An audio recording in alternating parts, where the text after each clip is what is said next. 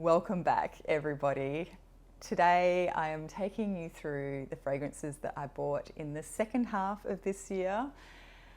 I was in two minds about doing this video just because I felt I don't really want to encourage my own behaviours in other people. I know personally that I have struggled this year with the low buy that I did. In fact, that was a complete fail and just completely went out the window.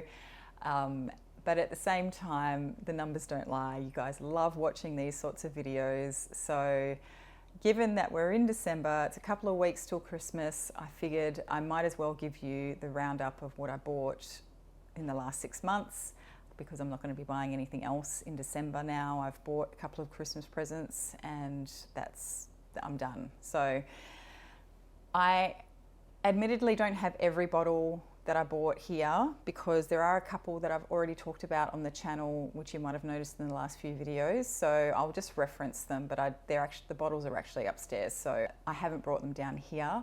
So I'll just talk about these ones, but I will sort of just mention the others as well.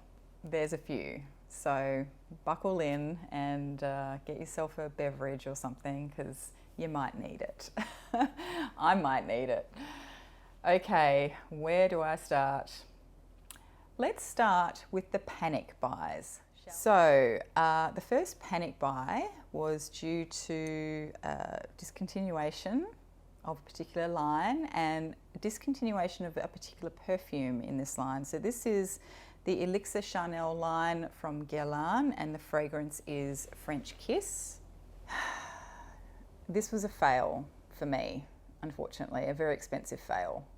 So I panic bought this because it was being discontinued and apparently it wasn't being brought into the new line. I think Rose Cherie is meant to be kind of the replacement for this. I do have a sample of that. The dry down of Rose Cherie is very similar to this, but the openings are quite different. And the opening in this is so sweet, so sweet, toothacheingly sweet. And it's just too much. I don't think I can handle it. And I did try and wear it twice. And each time I was just waiting to get through the super amped up sugary sweetness in the opening. It's just way too sweet. It has also been compared to Lipstick Rose by Frederic Malle. I can see why. I prefer Lipstick Rose because the rose is a lot darker. It feels a lot more mature and it's not as sugary. So unfortunately that was a fail. So I will probably be trying to sell this in the new year. The next one was not a fail. This was also, you could say, a mindless buy, but it's one that I always knew I wanted, but then the Arts and Materials line got revamped, obviously. And this fragrance is still available in the new line. But the new line, the bottles are bigger, they're way more expensive, and whilst they look beautiful, I just have no use or desire to buy 100ml bottles.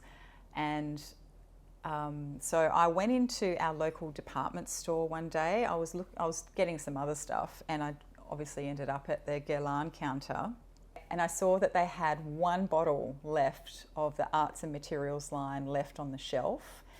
And I thought, oh, I wonder if it's Cuir Beluga. And if it is, I'm getting it. And it was. So this is Cuir Beluga. And the beauty of this one is that because I bought it from a department store, unlike everywhere else in the fragrance community, when something gets discontinued, it goes up in price, particularly in the second-hand community. The department stores were just trying to get the stock off their shelf because they're getting the new stuff in. So this was cheaper than what I would normally have paid retail for it. So I was really happy about that. And this is just a really beautiful suede vanilla scent. I've only worn it once, and it's a very elegant, very cozy vanilla fragrance. I really like it. I've always liked this one. I was always, at first I was kind of on the fence with it because I wasn't sure how I felt about the suede or the leathery accord. But now I think I'm making my peace with leather accords, and there's quite a few leathery fragrances in my collection now that I really enjoy, and so I'm really happy to have this one. The next one I think was also a panic buy because I heard a rumour that it was being discontinued, but I don't think it's been discontinued. This is Tom Ford Noir Parfum. I have always liked this. I've actually had 2 decants of it and I really enjoy this. So I kind of always had it in my head I was going to have a bottle of it. And luckily, in my old job, when the end of financial year came around, and we got some gift vouchers, and so I ended up using part of my gift voucher to buy this one, so I didn't actually have to pay for it, which was really nice. I still really love this. It's just a really spicy, ambery vanilla. It's quite complex, I think. I don't really know how to describe it. But to me, it's more like a vanilla fragrance that's spicy. It's got some florals in there. And of course, it has that famous kulfi note, which is the Indian dessert. So this is really beautiful. The dry down on this is absolutely stunning. And I really enjoyed the decants that I had. So I'm really happy to have the bottle. Unfortunately, we're coming into summer though. I don't think I'm going to get much wear out of it for the next few months because it's really more of a wintry type of fragrance for me. So the next one is a Christian Dior fragrance from the Privé line. This is Belle de Jour. And I wasn't sure about this when I first got it. I think I went onto the website to buy a bottle of Dior Amour, and there was a special going that if you spent a certain amount of money, you got a free 5ml mini of the new Miss Dior, and I hadn't tried it, so I was thinking, oh, okay, so I bought this one as well. My friend Emma has this one and she really loves it, so I thought, oh, I'll give this one a go. And at first I wasn't all that keen on it when I first tried it because the opening is sort of fruity and I wasn't sure if I was really getting along with it. But the dry down on this is really lovely. It turns quite powdery, and I think it's just a fruity floral, but it just has this beautiful powdery dry down that's very airy, and it's actually really, really nice. So I've grown to love this one over a few wears, and yeah, I'm not at all upset. I only buy the little ones of these now because obviously I don't need huge volumes of perfume, and I also think they're pretty cute. So I do like these bottles, I have to say. The next one is Prada Parfum Intense. So this is the red one. I bought this one secondhand in a Facebook group because, and I still haven't done it yet, but I want to do a video comparing Prada Femme with the Lancôme Poème because somebody had said that they were similar. And then I saw this come up and I thought, I might just see what that one's like as well. And I have to say, I think I like this more than the white one, but I think the white one's more wearable for every day. But anyway, I don't want to say too much. I'm getting off track, but I've always liked the Prada Femme, the white one, and I've always sort of thought I'd end up having a bottle of it one day because I feel like it'd be a really great work scent. And anyway, I was curious about this one. It was going cheap, so I just picked it up, and I'm not sad about it. I really like it. The next one is a more recent purchase. This is a bottle of Son by Diptyque.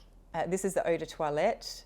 You may recall I was raving about this fragrance over the last few months, and I had a travel size of it from the coffret that you can buy. I went through about half of that, and then I ended up giving that to my friend's mother, and I bought this instead because I knew I wanted to upgrade to a bigger bottle.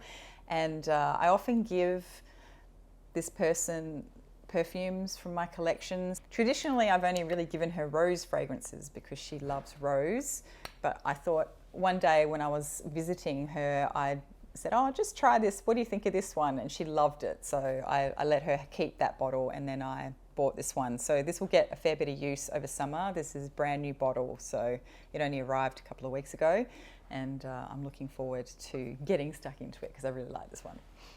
The next one is a very special one. Last year, I did a live stream with Eve Spider Smells, and we were talking, I think the live stream was about Parfums, but during that live stream I referenced this fragrance. I talked about it, and I said that I had missed out on getting a bottle of it because I had bought a discovery kit from this perfumer. It's an Australian artisanal perfumer, and I was really sad that I had missed out on the bottle of this because he'd sold out, and it seemed like he wasn't going to be bringing any back, and which I totally understand because small perfumers, they don't make big batches of stuff. But a couple of months ago, he re-released some, and I think this might have been the last lot, and I managed to pick up a bottle. So this is Blackwater Thistle by Criminal Elements, and I really like the bottle. Actually, I think he's changed his bottle style, and I actually really like this. So I talked about this on Instagram last year when I was trying it, and I really, really loved it. I thought there were going to be a couple of others from his collection that were going to be my favourites, and I didn't know anything about this one, but as soon as I smelled this, I just fell in love with it. So this is a green floral scent, reminiscent a little bit of, say, Chanel No. 19, without the sort of haughty, crisp, harsh citruses in it. I mean, I love Chanel No. 19, don't get me wrong, but it can be a little bit stern in a way. This also has a damp soil note, and it's quite noticeable, and it's just gorgeous. I don't know how else to, it smells like damp soil, damp, clean soil, damp soil in a garden, you know, on an early morning. So when I smell this, it's very cooling, and I kind of imagine being in a garden really early in the morning, before sunrise, and we've either had rain the night before, or it's just a really damp morning with lots of dew, and you can smell the damp earth. Oh, it's just gorgeous. I really, really like it. And also this lasts for ages. It's such a powerhouse perfume. I don't know how much perfume oil he uses in his fragrances, but it's strong, and it's just gorgeous. So it's sort of a blend of being really sophisticated, like Chanel No. 19, but with, I don't know, I don't want to say quirky, it's not quirky, but there's a bit of a hint of mystery to it because of that damp soil note, and it's just gorgeous. So I'm really, really happy to have this. I wasted no time. As soon as I found out that this had been re-released, I jumped on his website and bought it straight away. I didn't waste any time. Okay, so the next one, I don't know, have I talked about it on the YouTube channel? I know I talked about it in a video where I was reviewing some fragrances from the house. I had samples. I think it was back in July. This is Panthea Iris by Stefan Lucas. I think I've made it fairly well known that I'm going through a bit of an iris phase at the moment, and this fragrance is so beautiful. This is probably the most romantic fragrance I have. I just love it. I just love it. It feels grown up, but also whimsical and carefree and quiet, a little bit serious. Oh, it's just magical stuff, magical. This has gone to, you know, this is in my top 5 favourite fragrances now. I don't know if I've updated my Fragrantica to show that, but this is definitely in my top 5. I just love it. And I never feel like I've done the wrong thing by picking up this perfume and spritzing it. I was even thinking the other day that maybe I need to get another bottle of it, because I think this is on the website it says it's a limited edition. I don't know if they mean limited edition in terms of the bottle or the actual fragrance itself, but it is just stunning. I have no words. I don't know how to do a full review of this because I don't know what to say. It's just so beautiful, but I'm going to try. If you like iris but you've never had an iris that really spoke to you, I recommend trying to get a sample of this because it's really good. Don't blind buy it. It is really expensive, but and as it turns out, that's right. I did a little video where I was talking about how the day that I was really trying hard not to buy this, somebody messaged me and wanted to buy my iris ganache, and I instantly just went, yep, you take that, and I'm going to use the money to buy this. And so on the same day I bought this, so I was very happy. I just love how things like that work out sometimes. All right, the next one was a blind buy but a considered purchase. I spoke to a lot of people whose tastes are very similar to mine who own this, and because I had to order it from a perfumery in Belgium, I couldn't get it here. This is Shalimar Philtre de Parfum. So this is the flanker that's heavy on the iris. I have worn it once and it is really, really beautiful. The opening is still quite similar to the original Shalimar. I think the citruses are toned down a little bit, which is good because some days I really struggle with that opening of Shalimar. I love the dry down, I always love the dry down, but sometimes the opening, that citrus is just a little bit too much, the lemon. So I think for me, this is my favourite Shalimar flanker. In fact, I mean, I love the original and I'll always say that I love the original, but this might be my favourite Shalimar of all time. So it's just really, really beautiful. And if you're an iris fan, then it's a no-brainer in terms of whether or not you would like it if you like the original Shalimar. If you don't like the original Shalimar, you're probably still not going to like this. But for those of us who are fans of the original, I just find this one to be so elegant and beautiful. But as I said, you probably need to love iris.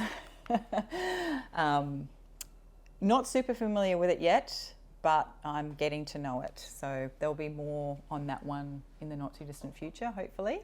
The next one, oh wow, I was so strong. So there's a little story to this one. So this is Shalimar Millésime Planifolia, Vanilla Planifolia, whatever it's called, the one with the really long name. MVP, I think we're calling it. This is the vanilla-y Shalimar that everyone has been raving about. Everybody seems to really love it. I had a sample of it and I enjoyed it. So I will say that I love the opening of this one a lot more than I love the dry down, because the dry down, the vanilla just sort of gets to be a little bit too much for me. But that extra bit of vanilla and the less citrus in the opening, it makes the opening just absolutely beautiful. And I was saying in one of the forums, if only I could have the opening of this and the dry down of the original Shalimar, I'd have the perfect perfume. And somebody said, well, why don't you just layer them? And I'm going, yeah, I was thinking I would. And but I only had a sample of it. And it was available in Australia and then it sold out. And I was like, okay, I've missed it. And because I didn't rush for it, because I was really trying to be considered about my purchase of this, even though I knew it was probably going to sell out because everyone was just going gaga over it. So anyway, I didn't buy it. And then the other week, I think I posted a video and somebody mentioned in the comments that it was back up on one of our department store sites, and but as an online purchase only, you couldn't go in store to get it. So I bought it. I just went, maybe that's a sign. I need to have it. I don't know if I need to have it, actually, in hindsight. I'm not sure. I'm not sure I want to keep it, but I love the bottle of it. I think that's what I liked the most about it, is I just loved the label and the new get-up of it. So anyway, I'm still thinking about it. We'll see. But I figured I'm probably not going to have any trouble selling it if I want to get rid of it. So I figured I'd pick it up, and if I decide that I don't want it, because that vanilla just does get a little bit too much for me towards after a few hours, I just feel like I need it to do something else. The next one I literally just spoke about in a video that is going up tomorrow. So by the time you see this video, you will have seen me talk about this one. This is 1472 by Histoire de Parfum. This is a really beautiful solar floral fragrance, which has incense and a rum and amber in the base. So it's quite different. And it smells very perfumey. It smells kind of a little bit formal, more formal than your typical beachy solar fragrance, you know. I don't think this has coconut in it either. So it's mostly just the florals. Oh, it's really good. Really, really good. We'll see how long this lasts, because I think I wore this for 2 days straight when I got it. And when I filmed that video last week, or the one that's going up tomorrow, I had literally just spritzed it on my skin, and I was just going, wow. It really is very, very beautiful. Anyway, I went nuts for it, so I think I'm going to enjoy wearing that one over the summer. I do have a couple more, but we are coming to the end. The next one is actually another Australian artisanal perfumer. I'm going to call them that. I don't know if that's what they classify themselves as. This is Weeping Rose by Chasing Scents. This is from a duo in Sydney, Sandy and Ricky. I think Sandy might be the perfumer. Ricky is the business guy, I think. Sorry, Ricky, if I just totally got that wrong. But I have a feeling it's Sandy who was doing her PhD, and she's the one who's been distilling all of the tinctures and things like that. So this is the packaging that it comes in. They only just launched a couple of months ago, but last year I've been interacting with them on Instagram for quite some time now. I loved their Instagram account because she focuses on the science. So they would post a molecule, and they'd give you the molecular structure, and then they'd talk about the molecule and how it's used in perfumery and stuff like that. So I love their Instagram account. Check them out because they're very, very knowledgeable. So sort of mid to late last year, they contacted me and said, we've made some perfumes. We're interested to get your thoughts. What do you can we send you some samples? And so I said, sure, I'd love to smell what they've been making. And so they sent me some samples, and very cool fragrances. There was one, I don't want to talk about it too much because I don't think it's part of their line. I don't think it made the cut for them in terms of part of the lineup. But it was so interesting. It was a gourmand, I think, but the juice was bright red because of this particular flower that they used, or this particular plant that they used in it. I don't want to give too much away because I don't know if they're going to release it down the track. Anyway, that was really cool. Wasn't sure if it was something that I would wear because it was quite gourmand. But this one, this Weeping Rose, was just beautiful. So the thing that they focus on is tea, because I think Sandy really loves tea, and she's never really found a tea fragrance that she really loves. And so this one has a prominent tea note in it. It uses rosebud, I think. It's quite green as well, which I love green florally fragrances. And there's something, I don't know if it's the combination of this sort of tart bitey tea note with it feels like a really juicy vanilla or something. And coupled with the sweetness of the florals, of the rose, and the green notes. I don't know, it's just this beautiful green, tart, bitter, sweet, juicy fragrance. And I just love it. I think it's fantastic. And it's unlike anything I've smelled in terms of green rose fragrances. So I really, really love this one, and I think she did a fantastic job on it. Weeping Rose, Chasing Scents in Sydney. They do ship their samples internationally, I think, but I don't think that they can ship perfume bottles yet. But just contact them if you're interested in finding out a bit more about them. The other one, okay, so the next one, you're gonna laugh at me. I got a little bottle of Reflection Woman by Amouage. It's so hard to film or photograph this bottle. It's only a little 50 ml, so that counts for something, right?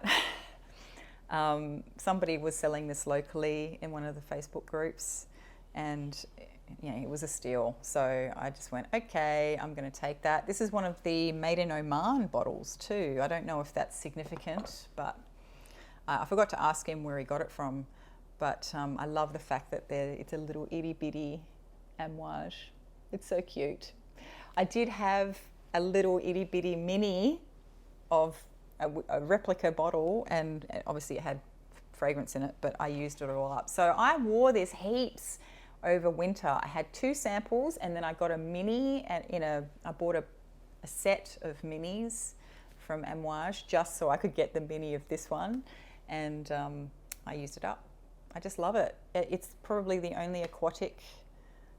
This and Pacific Rock Moss are probably the only aquatic fragrances that work for me. So I really love it. What does it smell like? It's water lilies and melon. I think there's like a melony note in there. It's very fresh. It doesn't go muddy on my skin like a lot of aquatics do. So I just really love it. Reflection Woman by Amouage. Just to add another Amouage to the collection. Whoops.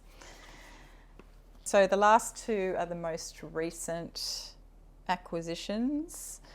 I'll do this one first. In fact, this is the most recent acquisition. This is Ylang Nosy B by Paris Monte Carlo.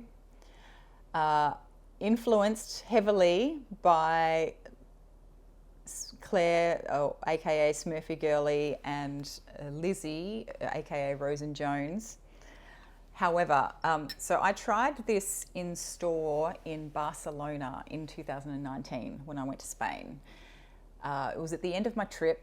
I'd been through several perfumeries that day. I'd already spent my perfume budget. It was the perfumery, I can't remember what it's called, but it was the one that has the perfume museum behind it. So you have to walk through the perfumery, and then you can go into the perfume behind. I might try and throw some photos in here so you can see. It's very cool, some really cool old bottles and stuff in there. So I really enjoyed being in there. And they had this stand where they had some really old Guerlain fragrances, and they obviously had at some point, it was like a sniffing thing you could smell, but it was so faint. I mean, they dried out, and I don't think they've been re-spritzing them or anything, but you could basically smell like Jiki and Shalimar and stuff like that. I think, I can't remember now. It feels like so long ago. Anyway, I'm rambling. I tried this in store along with a few other Paris Monte Carlos, and I thought they all smelled great, but I couldn't really make up my mind because A, I knew I wasn't buying any more perfume anyway, but B, I was sort of like, my nose was a bit dead, I think. I'd just been smelling too much perfume that day, and by the time I got there, I was getting to the point where everything was starting to smell a bit the same. So I didn't pick this up. But then, and for some reason I thought it was going to be easy to get, because I thought that you could get this house in Australia. And I came back to Australia and it turns out you couldn't. But then a store in Melbourne has opened up in the meantime and they have started stocking this house. So I picked it up in the Black Friday sale. So that's Ylang Nosy B. It's just a really gorgeous Ylang fragrance. And what I really like about it is that a lot of fragrances that have Ylang or claim to have Ylang in it, they often are paired with other white florals that kind of, and particularly tuberose, that ends up drowning out the Ylang and it becomes more of a tuberose fragrance than an Ylang fragrance. So that's not happening here.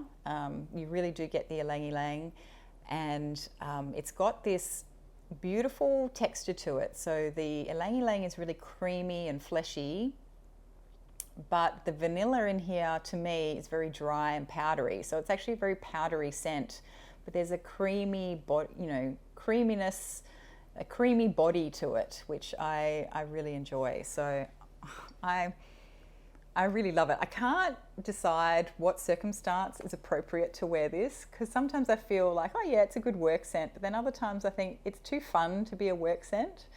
So I haven't quite figured out how to wear it yet, but I'm just wearing it because I really love it. And then finally, I did something. I did it. I finally did it after months and months of going back and forth and umming and ahhing and not knowing whether I should do it or not. I decided just bite the bullet and get it, and I did. So I bought Divina Rosee. This fragrance I know isn't getting as much love as the original Divina or the Divina exclusive. But this one, to me, is how I always imagined Divina would smell. So there's less focus on the vanilla. It is still sweet. It's just this really beautiful, sweet, watery, floral fragrance. I think it's actually not that rosy, but there is definitely rose in it. But it's just a pink flower scenario going on, and it's just so pretty. And the reason I was torn about getting it, I really love the bottle. This is my favorite bottle, I think, from the Parfums de Marly line. I like the Divina one too, but there's just something about this frosted glass that really speaks to me. The reason I was in two minds about getting it was because it is not a cheap bottle, obviously, although some of these other bottles are equally as pricey as this one. However, I was in two minds about it because as much as I love this particular fragrance, or this flanker of this fragrance, it still feels like it's not really me. It just feels too pretty for me. I'm generally quite a serious person, I think. You know, I've got I don't mean to be, but I just am. I'm quiet, I'm introverted, I'm kind of serious, and most of the fragrances that I feel reflect my personality, like the Panthea Iris, like Almond Woman, like Beloved Woman, they're all kind of very grown-up, serious fragrances, I think. Whereas this one is really playful and flirty and pretty and pink. And so, I had a decant, 8 ml decant of this, and I wore through it. I just loved it. I was really, really enjoying wearing it. And even now, even though I've worn it that much, that I've been through 8 mils of it, I still struggle with this thing of, I love it, I love how it smells, I love smelling it on myself, but it doesn't really feel like my personality. And so that's why I wasn't sure if I wanted to spend the money on this bottle, because I just felt like I'm not I'm not young and playful enough to wear it, which just sounds really ridiculous, I know, but I just really love the smell of it, so I am going to wear it. And I figure we're coming into the warmer months, so there'll be plenty of opportunities to wear it. And yeah, it's my favourite flanker. It's my favourite from the Delina line, which I know is kind of an unpopular opinion, I think. I don't think many people really rate this one next to the other two. But I think the reason I like this one so much is because it's watery. It's not as, the vanilla's not as in your face, and it's really beautiful. It's quite elegant, but playful elegant, if that makes any sense. So there you have it. The other fragrances that I mentioned that I don't have the bottles down here were the little bottle of Chanel No. 5 Low, which I talked about in a recent video, and also the Dior Amour, which I did actually talk about when I talked about Belle de Jour. So I'm pretty sure that's it. I don't think I've bought any other bottles.